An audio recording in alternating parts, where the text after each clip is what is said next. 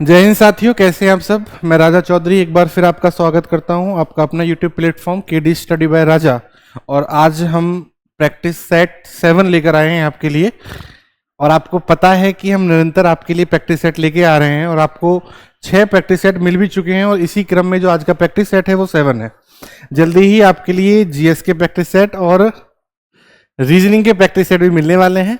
इसी क्रम में आगे बढ़ाते हुए हम आज की क्लास की क्या करते हैं, शुरुआत करते हैं और इस प्रैक्टिस सेट के क्वेश्चंस को लगाते हैं। एक बात विशेष ध्यान रहे कि इस प्रैक्टिस सेट के जो क्वेश्चन हैं वो बड़े दमदार हैं, बड़े अच्छे सवाल हैं, बड़े अच्छा लेवल है उनका। क्योंकि आपको पता होना चाहिए कि last time Delhi police head constable का एग्जाम हुआ था, उस हेड कांस्टेबल के एग्जाम में सीजीएल तक का लेवल आया था। यानी कि आप ये सोचिए कि जो दिल्ली पुलिस का हेड कांस्टेबल का एग्जाम, उसमें सीजीएल लेवल आ रहा है, तो जीडी में तो सीएचएसएल तो आएगा ही आएगा। तो आपको तैयारी किस स्तर पे लेके चलनी है, बड़े स्तर पे, क्योंकि हमें ग्राउंड बड़ा बनाना है। तो उसी क्रम में आगे बढ़ते हुए आज का पहला सवाल हम देखेंगे।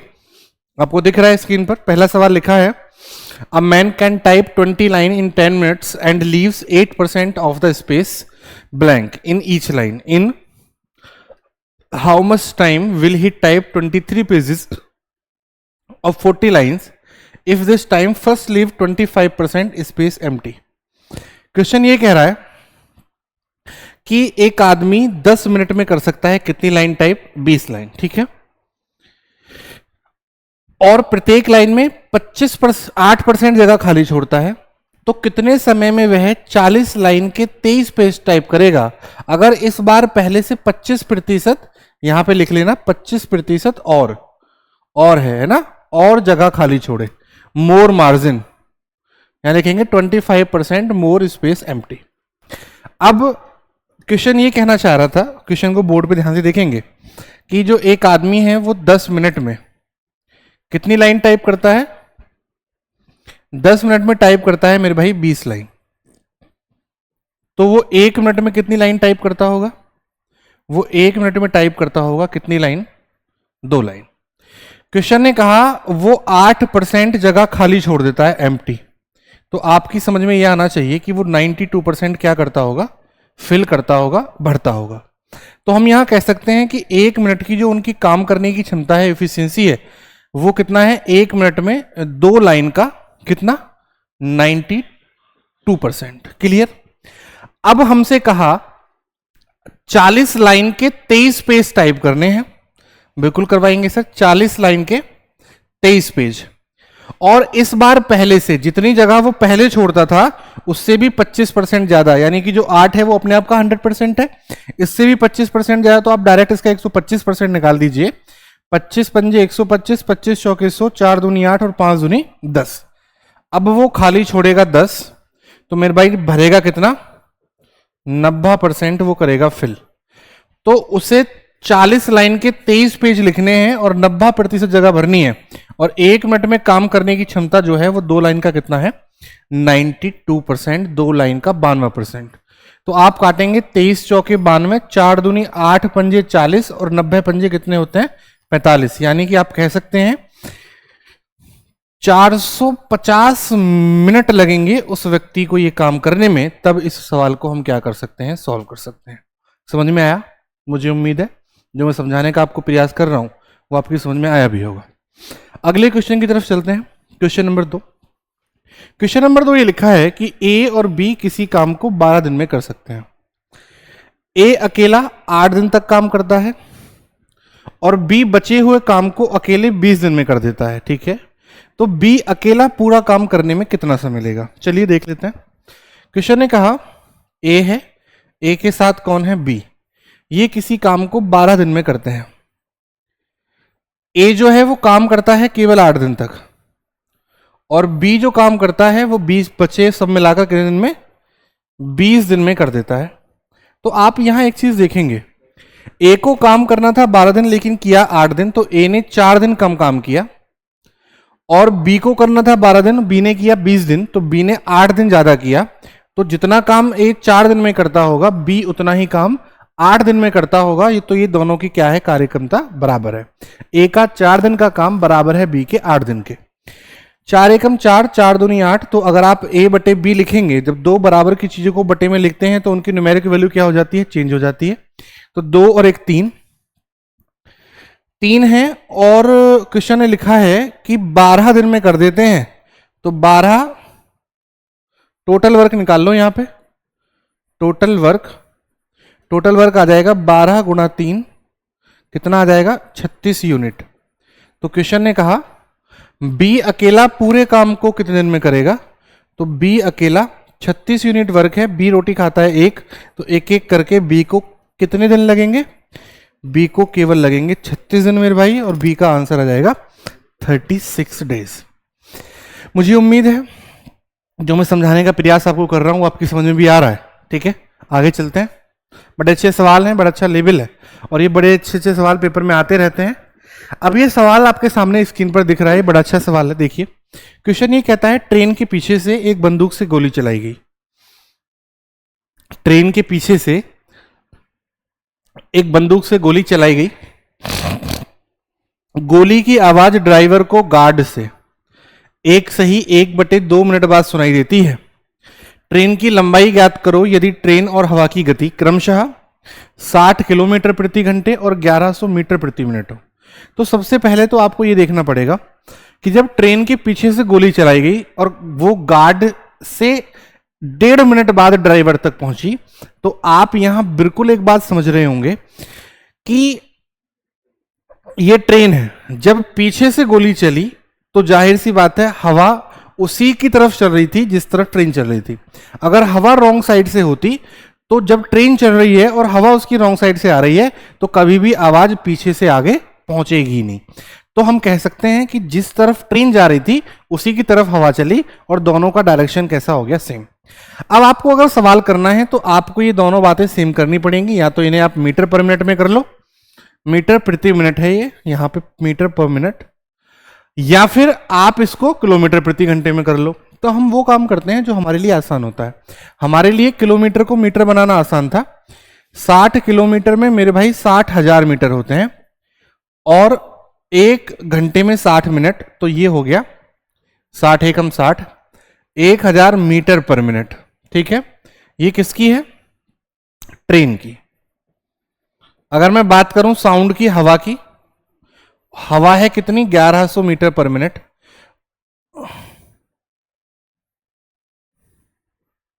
अगर दोनों का डायरेक्शन सेम है तो दोनों की निकाल दो आप रिलेटिव स्पीड, और दोनों की रिलेटिव स्पीड करोगे तो 1100 माइनस 1000 तो कितना आ जाएगा 100। आपको पता है डिस्टेंस इज इक्वल टू होता है स्पीड इनटू टाइम। स्पीड कितनी है 100 और टाइम कितना है 2 एकम 2 और 3/2, तो 2 से काट देंगे 50 बार, और 50 दिया कितने होते हैं 150, 150 मीटर है डिस्टेंस। यानी कि हम कह सकते हैं कि ट्रेन की जो लंबाई है, ट्रेन की लंबाई कितने मीटर है 150 मीटर है, 150 मीटर है। ऑप्शन दिख रहा है, ऑप्शन सी आप लगा देंगे और अगले सवाल की तरफ चले जाएंगे। 1-2 क्वेश्चंस के आंसर आप भी कमेंट करके बता सकते हैं, 1-2 सवालों के आंसर आप भी कमेंट करके बता सकते हैं, ऐसी कोई बात नहीं है ना, क्योंकि हम भी आपके लिए जागे हैं तो आप भी हमारे लिए जागिए ना। चलिए आगे चलते हैं। अगला क्वेश्चन लिखा है 3 व्यक्ति और 4 लड़के एक काम को 16 दिन में समाप्त करते हैं, जबकि 4 व्यक्ति और 3 लड़के उसी काम को 12 दिन में समाप्त करते हैं। तो एक व्यक्ति और एक लड़का काम को कितने दिन में समाप्त करेगा। सवाल को थोड़ा ध्यान से देखना क्योंकि इसमें समझना ज्यादा है। सवाल ने कहा 3 मैन है, और का मतलब प्लस 4 बॉयज हैं, वो किसी काम को करते हैं 16 दिन में, जबकि 4 मैन और 3 बॉयज उसी काम को करते हैं 12 दिन में। 4 तिया 12, 4 चौके 16, तो ये हो जाएगा 4 तिया 12 m प्लस 4 चौके 16 b इज इक्वल टू 4 तिया 12 m प्लस के 3 तिया 9 b। 12 m से 12 m कट जाएगा, इसको आप ले जाएंगे तो 7b बराबर कितना हो जाएगा 0, तो b की वैल्यू कितनी आ जाएगी 0। हमें पता चला कि जो बॉयज हैं, बॉयज की जो इफिशियंसी है वो क्या है 0, काम करने की क्षमता क्या है 0। तो आप अब इन दोनों में से कोई भी एक बात उठाइए और उस तीसरी बात के साथ रख दीजिए। तो हम पहली वाली रख लेते हैं, 3 man plus 4 boys into 16 days is equal to 1 man plus 1 boy into कितने दिन। ठीक है, बॉय 0 है तो आप यहां करेंगे 16 × 3 = 48 m प्लस के अगर आप इसको ऐसे ना करके आप ऐसे कर लीजिए, देखिए ये 3m लिखा है, m की वैल्यू क्या है नहीं पता, बॉय की वैल्यू क्या है 0, तो इस बॉय 0 हो जाएगा, तो ये बचेगा 48m is equal to 1m into D. m से m कट जाएगा तो d बराबर बचेंगे कितने दिन, 48 दिन, 48 डेज, और d की वैल्यू 48 आ जाएगी। मुझे लगता है ऑप्शन में होगा 48। जी हाँ, ऑप्शन नंबर डी 48 है, और आप देख पा रहे हैं कि इस क्वेश्चन का आंसर जो है वो 48 आएगा। ये सवाल बड़ा अच्छा है, पेपर में कई बार आ भी चुका है, बार बार पूछा भी जाता है, तो आपको क्या करना है, इस पर फोकस करनी है कि हम इस सवाल को कैसे जल्दी करें। ठीक है, अगले क्वेश्चन की तरफ चलते हैं। चलिए, बड़ा अच्छा सवाल है, मुझे इसका आंसर करके बताइए। आंसर सवाल लिखा है, ए एक दौड़ को 3 मिनट 10 सेकंड में समाप्त करता है, जबकि बी 3 मिनट 20 सेकंड में करता है। तो बी ने कितना टाइम एक्स्ट्रा लिया, बी ने टाइम लिया मेरे भाई एक्स्ट्रा कितने का, केवल 10 का। तो सवाल ने कहा ए बी को 1000 मीटर की दौड़ में कितने अंतर से हराएगा। ए बी को 1000 मीटर की दौड़ में कितने अंतर से हराएगा, आपको ये बताना है। अब आप यहां देखिए, अब यहां ए और बी की मैं बात करूं, यहां ए लिखा है, यहां बी लिखा है। ए का मतलब है 3 मिनट 10 सेकंड और बी का मतलब है 3 मिनट 20 सेकंड। 3 मिनट में कितनी सेकंड होती है, 180, और 10 कितनी 190, और ये कितना हो जाएगा 200। अब इसको हम कह सकते हैं कि ये इतना समय लेता है, ये इतना समय लेता है, तो हम कह सकते हैं कि ये इन दोनों का रेशियो भी हो सकता है। अगर ये रेशियो होगा तो ये कट जाएगा, ये आ जाएगा रेशियो 19:20। हमारे हिसाब से वो कितने अंतर से हरा रहा है, हमारे हिसाब से वो हरा रहा है 1 के अंतर से। लेकिन क्वेश्चन ये कहता है ए बी को 1000 मीटर की दौड़ में, ए बी को 1000 मीटर की दौड़ में कितने अंतर से हराएगा। तो अगर ए की बात है, तो अगर ए की वैल्यू 1 है और ये टोटल ए का वैल्यू कितना है 20, ए का 20 आएगा क्या। अच्छा, ये क्या है, ये इनका टाइम है। अगर ये इनका टाइम है तो इनकी स्पीड कितनी हो जाएगी, इनकी स्पीड हो जाएगी 20:19। तो अब कितने का अंतर आया, 1 का, कितने पे, ए की वैल्यू 20 पर। तो सवाल ने कहा 1000 मीटर की दौड़ में 20 पंजे 100, तो हम कह सकते हैं कि जो ए बी को हराएगा 1000 मीटर की दौड़ में, वो 50 मीटर के डिफरेंस से हराएगा, 50 मीटर के डिफरेंस से। मुझे उम्मीद है समझ में आया होगा। स्क्रीन पर दिख रहा है सवाल, बड़ा अच्छा सवाल है। ये ऐसे सवाल बार बार पूछे जाते हैं और आजकल चलन में भी हैं, तो हमें इन पर क्या करनी है, ज्यादा फोकस करना है। देखिए सवाल को नोट डाउन कर लीजिए जल्दी से। अगले क्वेश्चन की तरफ चलते हैं। अगला क्वेश्चन स्क्रीन पर लिखा है, चाय के दाम को 19% बढ़ाए जाने पर एक परिवार कहता है कि हम अपनी खपत को कितना कम कर देंगे, 200%, जिससे वो जितना पहले खर्च करते थे उतना ही खर्च करेंगे, लेकिन जो खर्च होगा वो केवल कितना बढ़ेगा, 5% बढ़ेगा। तो सवाल ने कहा तो चाय की नई खपत कितनी है, नई खपत पूछी है। अब आप देखिए, हमने कहा कि हम खर्च कर सकते हैं 100 रुपए। सवाल कह रहा है आप 100 मत करिए, आप करिए 19% ज्यादा, बढ़ा देते हैं हम 119 करिए।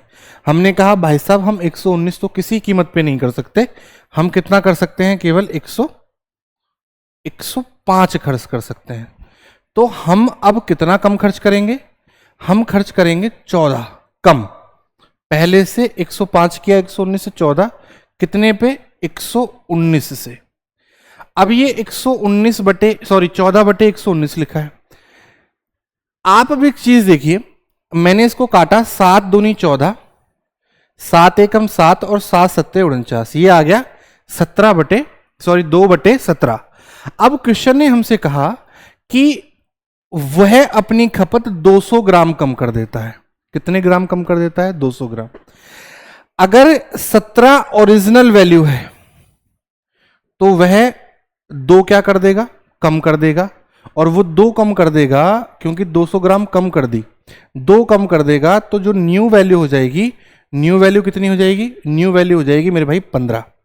लेकिन सवाल ने कहा जितना उसने कम किया 2, सवाल के हिसाब से कितना कम किया है, 200 ग्राम, तो 1 की वैल्यू कितनी है, 100 ग्राम। तो ये 15 जो थे ये 100 ग्राम से कितने से ग्राम हो जाएंगे, 1500 ग्राम हो जाएंगे। लेकिन हमें ऑप्शन में दिया है, वो दिया है किलोग्राम में, तो 1500 ग्राम में मेरे भाई कितने ग्राम किलोग्राम होते हैं? 1.5 किलोग्राम। समझ पा रहे हैं आप? समझ में आया होगा, मुझे उम्मीद है आपकी समझ में ये सवाल आया होगा। बड़ा अच्छा सवाल है। होता क्या था कि जब हम इस सवाल को पहले करते थे तो हमसे ये कहा जाता था कि आप नया मूल्य और पुराना मूल्य, या तो नया दिया होगा या पुराना दिया होगा। लेकिन इसमें स्पेशल क्या बात थी? इसमें स्पेशल ये बात थी कि इसमें वही फिक्स वैल्यू दी है जितना वो डिक्रीज कर रहा है। तो डिक्रीज कितना कर रहा है? 2 की वैल्यू 200, तो 1 की वैल्यू 100। तो इन चीजों को पकड़ना है सवाल में। हम फंस कहाँ जाते हैं? हम यहाँ करते 15 से 2 घटाते 17 से 2 घटाते 15, 15 पे रख देते 200, आता ही नहीं उत्तर। हम कहते भाई सवाल गलत है, कैन नॉट बी डिटरमाइन लगाओ चलो। तो सवाल को करना है, अच्छे से समझना है। चलिए अगले क्वेश्चन की तरफ चलते हैं। अगला सवाल यहां लिखा हुआ है। सवाल ये कहता है सौरभ 850 वस्तुएं 95 पैसे प्रति वस्तु के हिसाब से तैयार करता है और मूल्य को ऐसे अंकित करता है कि यदि केवल 720 वस्तुएं इस मूल्य पर बेची जाती हैं तो उसे 20% का लाभ होता है। यदि केवल वह 780 वस्तुएं इस मूल्य पर बेचे और बिना बिकी हुई वस्तुएं जो हैं वो क्या हैं? अनुपयोगी हों, तो इस सवाल में आप कहीं नहीं फंसेंगे। अब देखिए एक चीज, अब हमसे उसने कहा 895 वस्तुएं 95 पैसे प्रति वस्तु के हिसाब से तैयार करता है। अगर आप 850 की गुणा 95 में करेंगे तो आप ये सोच लीजिए आप सबसे बेवकूफ आदमी हैं, क्योंकि आपको सवाल करने का तरीका ही नहीं पता।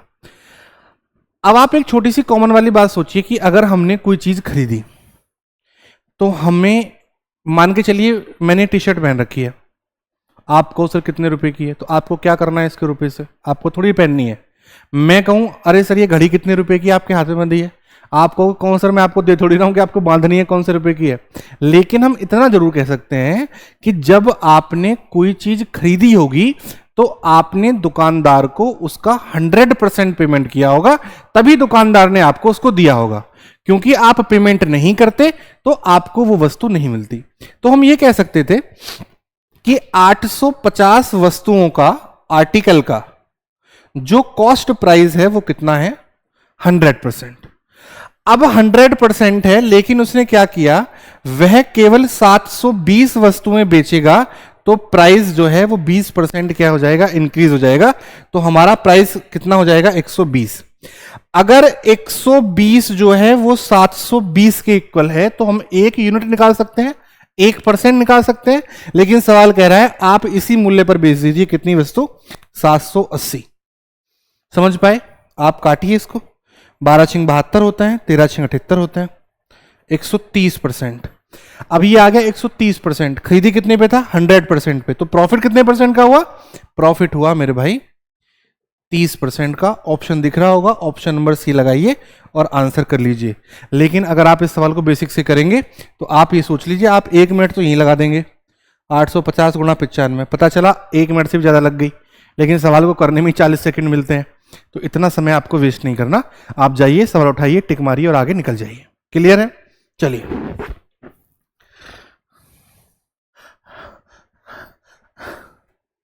ये देखिए अगला क्वेश्चन लिख रहा है आपको, अगला क्वेश्चन बोर्ड पे दिख रहा होगा। ये बड़ा अच्छा सवाल है, ये काफी लंबे टाइम से आपसे पूछा जा रहा है और बार बार एग्जाम में भी आ रहा है। बड़ा अच्छा सवाल है। इस सवाल को कैसे हम लोग करेंगे? अब सवाल हमें दिख रहा है, सवाल ये कहता है एक आदमी ने साधारण ब्याज पर बैंक से 7,000 रुपए का कर्ज लिया। 3 वर्ष बाद उसने बैंक को 3,000 रुपए दिए। वह 5वें वर्ष के अंत में 5,450 रुपए देकर लोन चुकता कर दिया। अब आप ये देखिए, अब यहां एक कॉमन वाली बात यह है कि हमने जो कर्ज लिया था, हमने कर्ज लिया था 7,000 रुपए का। हमने बैंक को एक बार 3,000 दिए, एक बार 5,450 दिए, तो हमने बैंक को 8,450 रुपए दे दिए। और जाहिर सी बात है जो भी फालतू दिया 1,450, वो क्या दिया हमने? वो दिया मेरे भाई इंटरेस्ट, यानी कि जो हमने बैंक से कर्ज लिया था उस पर ब्याज। आप सबसे पहले इसका बेसिक देखो, अगर आप इसका छोटा सा बेसिक देख लोगे तो आपकी चीजें समझ में आ जाएंगी। सवाल ने कहा कि हमने 7,000 रुपए का कर्ज लिया, 7,000 रुपीज का, रेट बतानी है। वो कर्ज हम पे कितने साल तक रहा, 3 साल बाद 3,000 दिए तो हम पे वो 3 साल तक रहा, बटे में लिख दो आप कितना, 100। अब हमने 7,000 में से 3,000 दे दिए तो हमारे पास बचे कितने, 4,000 कर्ज 3 साल के लिए, रेट बतानी है बटे 100, और जो फायदा हुआ है वो 1450 का हुआ है। दोनों जीरो कट जाएंगी इनकी, 7 या 21, तो ये हो जाएगा 210 आर प्लस 43 4 या 12, नहीं सॉरी, अगर ये 3 साल बाद दिया है तो ये जो कर्ज रहेगा ये केवल 2 साल रहेगा, क्योंकि जो टोटल साल बात हुई है वो कितने साल की बात हुई है। एक आदमी ने बैंक पर 7,000 रुपये कर्ज लिया और 5 वर्ष के अंत में, यानी कि 5 साल रहा, तो 3 साल यहाँ 2 साल यहाँ, 40 दूनी ये हो जाएगा 80 आर इजिकल टू ये हो जाएगा 1450। तो हम इसको लिख सकते हैं 290 आर इजिकल टू 1450, जीरो से जीरो कट जाएगी तो आर इजिकल टू 145 बटे 29, और 29 पंजे 145 होते हैं, आपको ये बात पता होनी चाहिए, और हमारा आंसर आ जाएगा 5%। ये तो हो गया करने का बेसिक तरीका, क्योंकि आप इतना समय तो मेरे भाई लेंगे ही लेंगे, क्योंकि आपको सवाल लगाना है। लेकिन अगर आप एग्जाम में इसको करना चाहते हैं तो आप इसको एग्जाम में और भी जल्दी कर सकते हैं, थोड़ा सा जल्दी। ये फर्स्ट, सेकंड, थर्ड, फोर्थ और फिफ्थ 5 साल की उसने बात की। हमने बैंक से 7,000 रुपए का कर्ज लिया, हमने बैंक को 3 साल बाद दिया, तो 3 साल तक हमारे पास 7,000 रुपए का कर्ज था। 3,000 दे दिए तो हमारे पास कर्ज बचा कितना, 4,000, और हमने जो लोन फाइनल किया है वो 5वें वर्ष के अंत में किया, तो हमारे पास 5वें साल भी 4,000 रुपए का कर्ज था। अब हमने क्या किया, हमें नहीं पता कि हमने इस 4,000 3,000 जो दिया इसमें कितना प्रिंसिपल कितना इंटरेस्ट दिया, तो हम क्या करते हैं, हम इस अपने पूरे पैसे को क्या मान लेते हैं, अपना प्रिंसिपल। हमने कहा साल 1 साल खत्म कर दो, हमने कहा 29,000 रुपए जो है हमारा प्रिंसिपल है, रेट बतानी है बटे 100, और 1450 हमने दिया है ब्याज। 1450 दूनी 2900 होते हैं, 20 बार कटेगा, 20 पंजे 100, तो आप कह देंगे रेट बराबर 5%। डायरेक्ट आप इस सवाल का आंसर लगा सकते हैं बिना किसी हिचक के, बिना किसी जोर जबरदस्ती, बिना किसी दबाव के। क्लियर है? मुझे उम्मीद है आपकी समझ में दोनों बातें आई होंगी। दोनों बातों को एक बार आप एनालिसिस करना कि कौन सा तरीका अच्छा है, और जो आपको सुटेबल लगे आप पेपर में उस तरीके से उस सवाल को क्या कर सकते हैं, सॉल्व कर सकते हैं। क्लियर है? चलिए अगले क्वेश्चन की तरफ चलते हैं। अगला क्वेश्चन लिखा है question number 10, if a sum of money becomes 4,500 in 5 years and becomes 6,750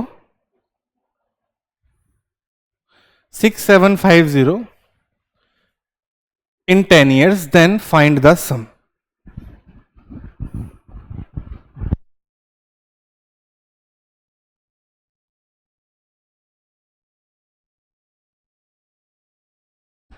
अब देखो इस सवाल को देखेंगे, ये हमारे पास कोई पैसा था, ये पैसा 5 साल में कितना हो गया, 4,500 रुपए हो गया, और यही पैसा ये जो था ये अगली 10 साल में, यानी कि 5 साल और, ये हो गया 6,750।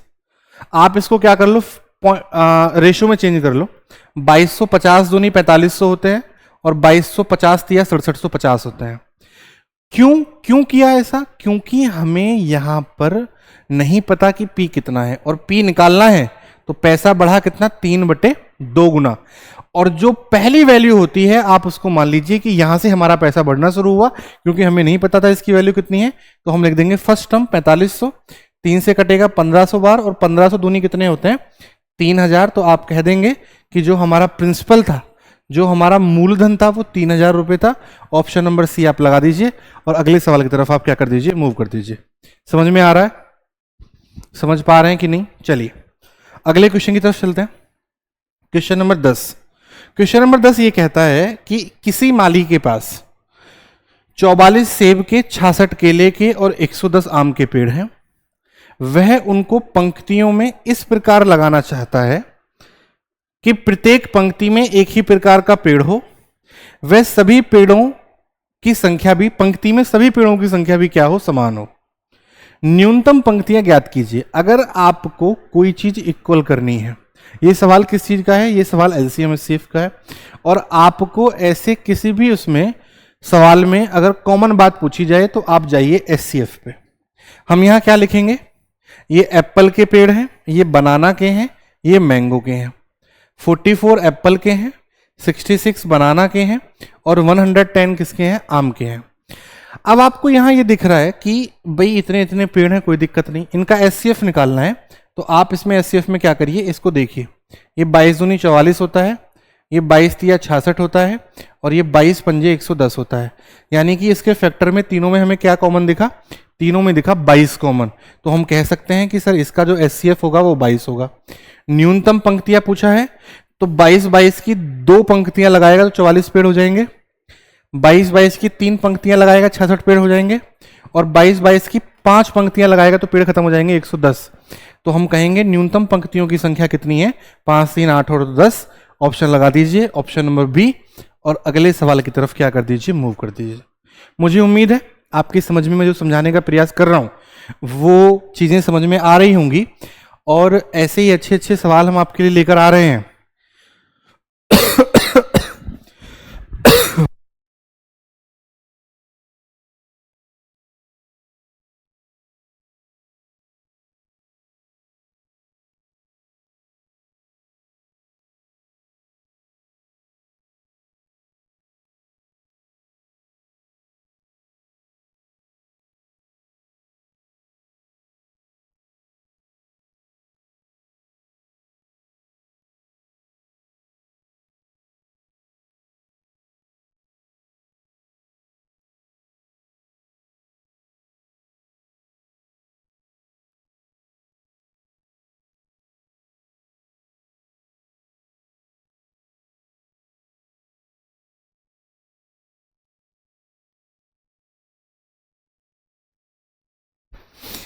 चलिए साथियों, मिलते हैं फिर, आज के लिए इतने ही काफी है। अगले प्रैक्टिस सेट के साथ मिलते हैं। प्रैक्टिस नंबर सेट नंबर 8 आएगा और ये 7 हमारे कंप्लीट हो चुके हैं। आप इनको एक बार रिवाइज कीजिए, देखिए, और अपने दोस्तों तक क्या कीजिए, शेयर जरूर कीजिए। ऐसी ही अच्छी अच्छी क्लास हम देते रहेंगे आपको। तब तक के लिए जय हिंद, जय भारत। मिलते हैं फिर साथियों, नमस्कार। ये वाला